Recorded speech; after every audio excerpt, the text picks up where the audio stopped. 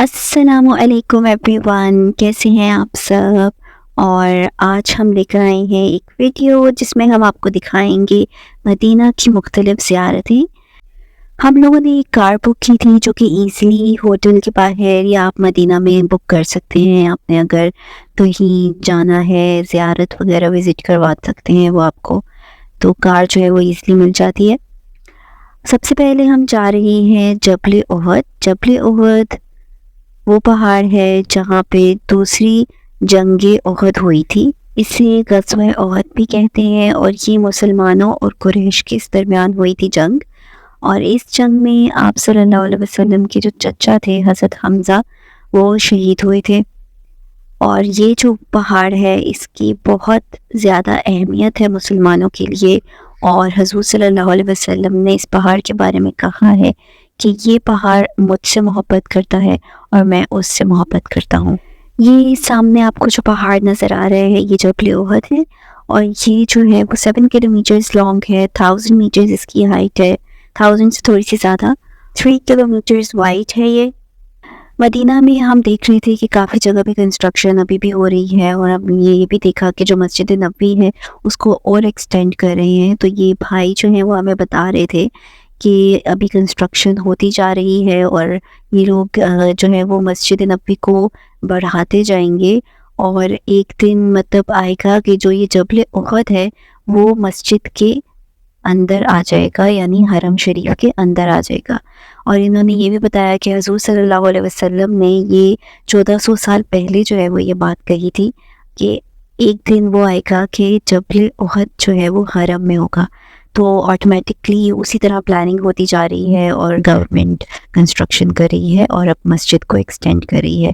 تو یہ کتنی ہی پیاری بات ہے کہ ہمارے نبی صلی اللہ علیہ وسلم نے بہت پہلے ہی یہ بات ہمیں بتا دی تھی۔ جبل احد کے فرنٹ میں ایک چھوٹی سی پہاڑی ہے جس کا نام ہے جبل الرما یا جبل العنین، اور اس کو آرچرز ہل بھی کہتے ہیں، کیونکہ حضور صلی اللہ علیہ وسلم نے اس پہاڑی پہ 50 تیر اندازوں کو جو ہے وہ حکم دیا تھا کہ وہ اس پہاڑی پہ آ کے کھڑے ہو جائیں دشمنوں سے حفاظت کے لیے، لیکن انہوں نے اس پہاڑی سے جو ہے وہ نیچے اتر گئے تھے۔ ان کو لگا کہ جنگ جو ہے وہ ختم ہو گئی، اور وہ مال غنیمت اکٹھا کرنے لگ گئے، جس کی وجہ سے مسلمان جو ہیں وہ جنگ ہار گئے تھے غزوہ احد کی۔ اس پہاڑی کے سامنے آپ کو جو ایریا نظر آ رہا ہے یہ قبرستان بنا ہوا ہے، اور اس پہ حضرت حمزہ رضی اللہ عنہ، آپ صلی اللہ علیہ وسلم کے جو چچا شہید ہوئے تھے غزوہ احد میں، ان کی قبر ہے، اور بہت سے صحابہ جنہوں نے اس جنگ میں شرکت کی تھی ان کی قبریں ہیں۔ إن نلت يا ريح صبا يوما إلى أرض الحرام، إن نلت يا ريح صبا يوما إلى أرض الحرام، بلغ سلامي روضة فيها النبي المحترم، بلغ سلامي روضة۔ اور مدینہ میں کافی جگہوں پر لوگ جو ہے وہ چیزیں بانٹ رہے ہوتے ہیں، کھانے پینے کی، پانی دے رہی ہیں، کھجور وغیرہ اور میوے۔ تو ہمارے پاس کافی ساری چیزیں، خاص طور پہ پانی کی بوٹلز جمع ہو گئی تھی۔ فيها النبي المحترم، إن نلت يا ريح صبا يوما إلى أرض الحرام، ملذاته نور الهدى موجه۔ اب ہم لوگ جا رہے ہیں نیکسٹ زیارت کی طرف، جو کہ ہے وادی جن۔ الشمس ضحى ملذاته نور الهدى موجه، الشمس ضحى من خطه بدر الدجى من كف۔ وادی جن مدینہ سے تقریباً 30 کلومیٹر دور ہے اور اس کو وادی البیدہ بھی کہتے ہیں۔ اس وادی کے بارے میں مشہور ہے کہ یہاں جنات کا قیام ہے اور گاڑیاں جو ہیں وہ یہاں خود بخود چلتی ہیں، جنات جو ہیں وہ ان گاڑیوں کو موو کرتے ہیں۔ لیکن سائنٹیفک ریزن اس کا یہ ہے کہ جو یہاں پہاڑ ہیں، ماؤنٹین ریجنز، ان میں ایک میگنیٹک فورس ہے، یعنی جب ہم کار کو نیوٹرل پہ رکھتے ہیں ود آؤٹ ایکسیلریٹر تو یہ خود بخود موو کرتی ہے۔ اور اصل میں جو سائنٹیفک ریزن ہے وہ یہ ہے کہ میگنیٹک فورسز ہیں، ریورس گریوٹی ہے۔ ریورس گریوٹی کیا ہوتی ہے کہ آبجیکٹ جو ہے وہ فری آف گریوٹی ہو جاتا ہے اور خود بخود جو ہے وہ موو ہوتا ہے کیونکہ گریوٹی اس کو اپنی طرف کھینچ نہیں رہی ہوتی۔ تو اصل میں جو مین اس کی سائنٹیفک ریزن ہے گاڑی کی خود بخود چلنے کی وہ ہے ریورس گریوٹی۔ اب یہ لوگ کیا کر رہے ہیں کہ روڈ کو کی شیپ ہی تھوڑی سی سلوپ بنا رہے ہیں تاکہ لوگوں کا یہ مسکنسیپشن دور ہو جائے کہ جو جنات ہیں وہ گاڑی کو موو کرتے ہیں سیدھی روڈ پہ، یہ لوگ روڈ کی شیپ کو سلوپ کی طرح کر رہے ہیں تاکہ گاڑی جو ہے وہ لگے کہ سلوپ سے ہی نیچے جا رہی ہے۔ ہم نے بھی یہ ایکسپیریمنٹ کیا تھا، گاڑی کو جو ہے وہ نیوٹرل پہ کر دیا تو ہماری کار جو ہے وہ خود ہی سے موو ہو رہی تھی۔ یہاں یہ خود ہی موو ہو رہی ہے، بلکہ بہت ساری کارز جو ہیں وہ اتنی سپیڈ سے موو کرتی ہیں، 120 کلومیٹرز پر آور کی سپیڈ سے موو کرتی ہیں بہت ساری کارز۔ تو یہاں جو یہ ہماری کار ہے وہ ابھی خود ہی چل رہی ہے وداؤٹ اینی ایکسیلریٹر۔ بحر الہما۔ اب ہم اپنی تیسری زیارت کی طرف جا رہے ہیں جو ہے مسجد قبلتین۔ یہ وہ مسجد ہے جہاں حضور صلی اللہ علیہ وسلم کو حکم ہوا تھا اپنا قبلہ بدلنے کا، بیت المقدس سے مکہ کی طرف، یعنی خانہ کعبہ کی طرف۔ آپ صلی اللہ علیہ وسلم اس مسجد میں ظہر کی نماز ادا کر رہے تھے جب اللہ کا حکم ہوا کہ اپنے قبلے کا رخ جو ہے وہ خانہ کعبہ کی طرف کر دیجئے۔ آپ صلی اللہ علیہ وسلم نے نماز کے دوران ہی اپنا رخ جو ہے وہ خانہ کعبہ کی طرف موڑ لیا، ساتھ ہی صحابہ جو ہیں انہوں نے بھی آپ صلی اللہ علیہ وسلم کو فالو کیا اور اپنا جو قبلہ ہے وہ خانہ کعبہ کی طرف کر دیا۔ اس مسجد میں 2 محراب ہیں، ایک محراب وہ جو بیت المقدس کی طرف قبلہ دکھاتا ہے اور ایک محراب جو خانہ کعبہ کی طرف۔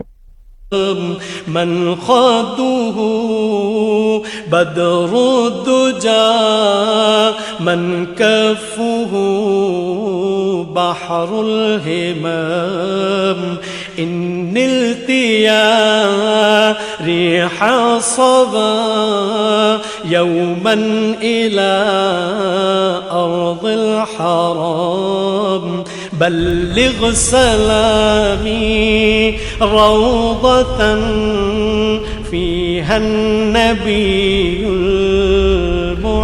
المحترم قرآنه برهاننا نسخ لأديان مضت قرآنه برهاننا نسخ لأديان مضت إذ جاءنا أحكامه كل الصحف صارت عدم إذ جاءنا أحكامه كل الصحف صارت عدم إن نلت يا ريح الصبا يوما إلى أرض الحرام بلغ سلامي روضة فيها النبي المحترم أكبادنا مجروحة من سيف هجر المصطفى۔ یہ جو سامنے آپ کو روڈ نظر آ رہی ہے یہ وہ جگہ ہے جہاں غزوہ خندق میں خندق کھودی گئی اور اب انہوں نے اس کے اوپر روڈ بنا دی ہے۔ تو اس جگہ کی جو سامنے ایریا ہے وہاں بہت ساری مسجدیں ہیں اور ابھی ہم دیکھنے جا رہے ہیں مسجد الفتح اور مسجد سلمان فارسی، اور یہ دونوں مسجد ان 7 مساجد میں آتی ہیں جنہیں مساجد السبع کہتے ہیں۔ اکبادنا مجروحۃ، یہ سامنے آپ کو مسجد ابو بکر صدیق نظر آ رہی ہے، اس کی رائٹ سائڈ پر مسجد فاطمۃ الزہرا ہے، مسجد علی بن طالب ہے۔ من سیف ہجر المصطفیٰ طوبی لأہلی بل۔ اور جو اس کی لیفٹ سائڈ پہ کلپ ہے میں مسجد سلمان الفارسی پہلے آتی ہے، اور کلپ سے اوپر جو ہے وہ مسجد الفتح ہے۔ تو پہلے ہم مسجد سلمان فارسی جائیں گے، پھر اس سے اوپر مسجد الفتح دکھائیں گے آپ کو۔ نور الہدی موج، یہ مسجد سلمان الفارسی ہے، اور اس سے اوپر جو ہے وہ مسجد الفتح ہے۔ شمس ضحیٰ، یہ مسجد سلمان الفارسی کے اندر کا حصہ ہے، اور یہاں ہم نے 2 نفل ادا کیے، پھر ہم اوپر مسجد الفتح کی طرف گئے اور وہاں ہم نے نفل ادا کیے۔ من ذاتہ نور الہدی من وجہہ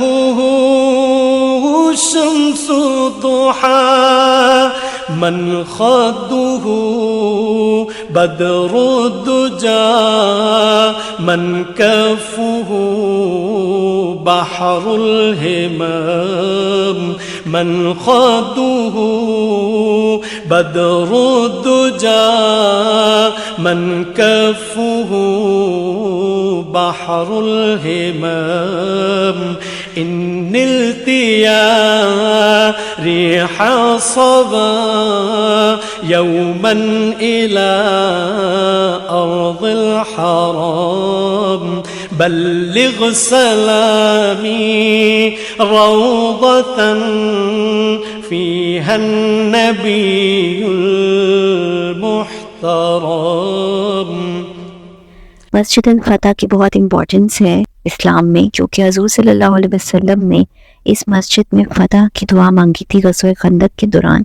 3 دن لگاتار آپ صلی اللہ علیہ وسلم دعا کرتے رہے تھے، اور تیسرے دن آپ صلی اللہ علیہ وسلم کی دعا کو پورا کیا گیا۔ اللہ تعالیٰ نے تیز آندھی بھیجی جس سے دشمنوں کو شکست ہوئی اور مسلمانوں کی فتح ہوئی۔ اسی لیے اس مسجد کا نام مسجد الفتح رکھا گیا، کیونکہ یہاں اس مسجد میں دعا مانگنے سے مسلمانوں کو فتح حاصل ہوئی تھی غزوہ خندق میں۔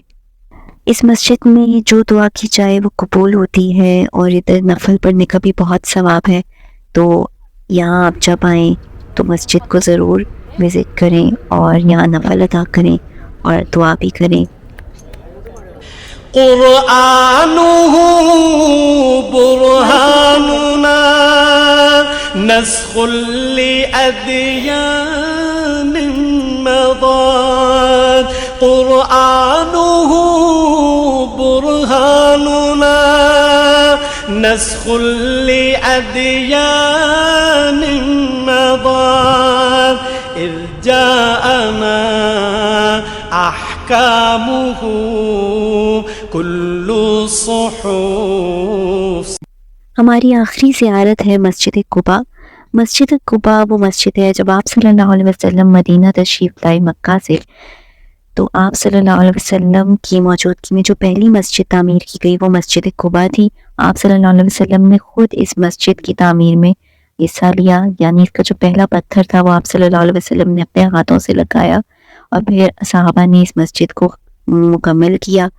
اور اس مسجد میں آپ صلی اللہ علیہ وسلم نے 14 دن تک نماز ادا کی، اور یہاں آپ نے حضرت علی کا انتظار کیا جب حضرت علی آپ کی جگہ آپ کے بستر پہ لیٹے تھے، جب کفار آ کے آپ پر حملہ آور ہوئے تھے۔ تو اس مسجد میں 2 نفل ادا کرنے کا جو ثواب ہے وہ بہت زیادہ ہے، اور ایک عمرہ کرنے کے برابر اس کا ثواب ہے۔ صارت عدم اذ جاءنا احکامہ۔ مدینہ منورہ کی زیارتوں کو گھوم کر اب ہم مسجد نبوی واپس پہنچ چکے ہیں۔ مغرب کا ٹائم ہو رہا ہے، ہم مغرب کی نماز ادا کرتے ہیں۔ آپ لوگ اپنا خیال رکھیں۔ اللہ حافظ۔